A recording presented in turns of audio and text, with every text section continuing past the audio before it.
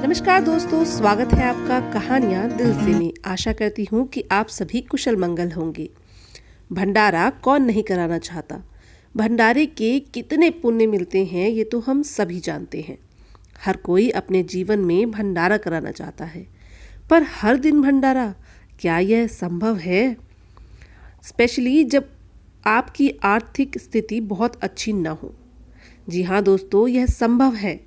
अगर आप जानना चाहते हैं कि ऐसा कैसे हो सकता है तो हमारी यह कहानी आपको कुछ नया सिखा जाएगी। कहानी पढ़ने से पहले मैं चाहूँगी कि यदि आप हमारे चैनल पर नए हैं तो कृपया हमारे चैनल को सब्सक्राइब करें। अगर वीडियो पसंद आए तो शेयर करना ना भूलें। एक गांव में एक बूढ़ी माई रहती थी। माई के 2 लड़के थे। दोनों की शादी करके अब माई दादी बन गई थी। पोता पोती को खिलाते खिलाते दिन बीत रहे थे।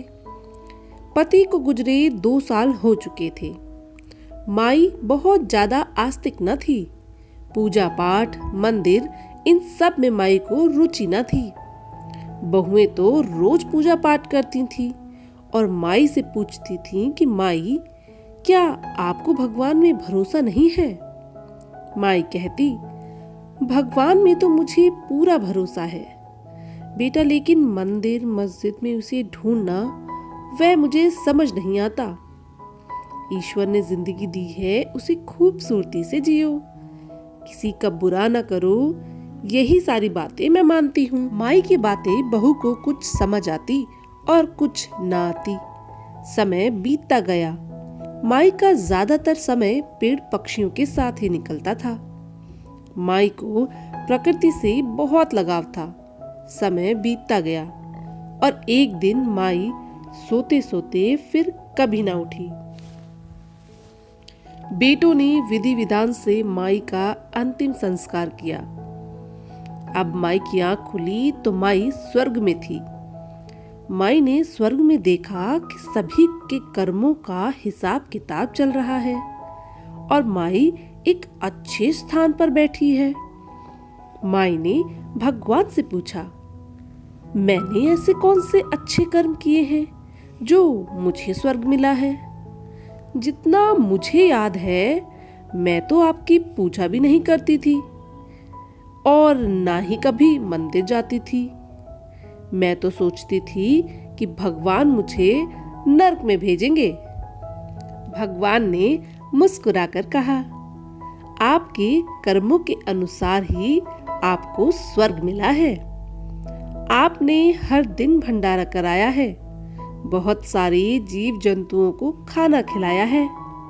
माई ने कहा, भंडारा? मेरे पास तो इतने पैसे भी नहीं थे कि मैं एक दिन भंडारा करा सकूं, और आप कहते हो मैंने हर रोज भंडारा कराया। मैंने कुछ नहीं किया। भगवान ने माई से कहा, पृथ्वी लोक पर सब लोग सोचते हैं कि इंसान ही मेरी रचना है, पर जैसे इंसान है वैसे ही सारे जीव जंतुओं को मैंने ही रचा है। मेरी नजर में सब एक बराबर हैं। आपने हर दिन न जाने कितने जीव जंतुओं को खाना खिलाया।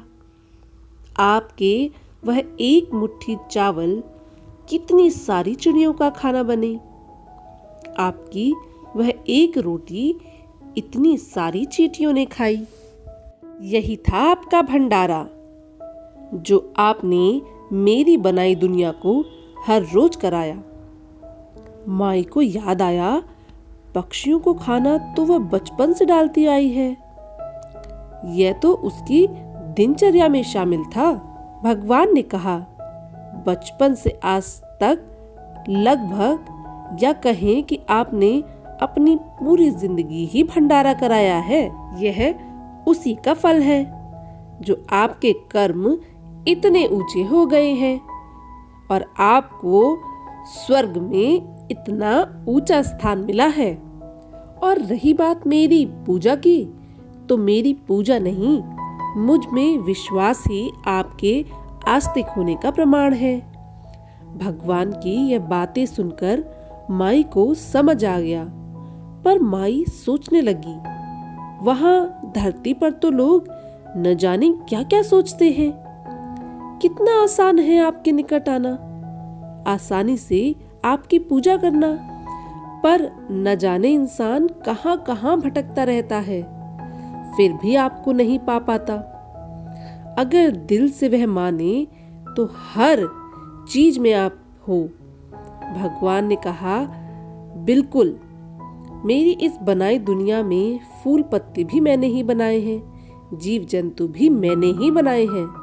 मैं चाहता हूँ कि आप सब एक दूसरे की सहायता करें। मुझे फूल चढ़ाने के बजाय गरीब लोगों को खाना खिलाएं, गरीब जीव जंतुओं की देखभाल करें। यही असल मायने में मेरी पूजा होगी। काश माई फिर से नीचे आकर सबको बता पाती। यही सोचते सोचते स्वर्ग में माई के दिन बीतने लगे। तो दोस्तों, अब आपको समझ आ गया होगा कि हमारी आर्थिक स्थिति चाहे जैसी भी हो, अगर हम चाहें तो हर दिन भंडारा करके उसका पुण्य कमा सकते हैं। अगर यह कहानी आपको पसंद आई हो तो शेयर करना, सब्सक्राइब करना और लाइक करना बिल्कुल ना भूलें। इस वीडियो को देखने के लिए आपका बहुत बहुत धन्यवाद।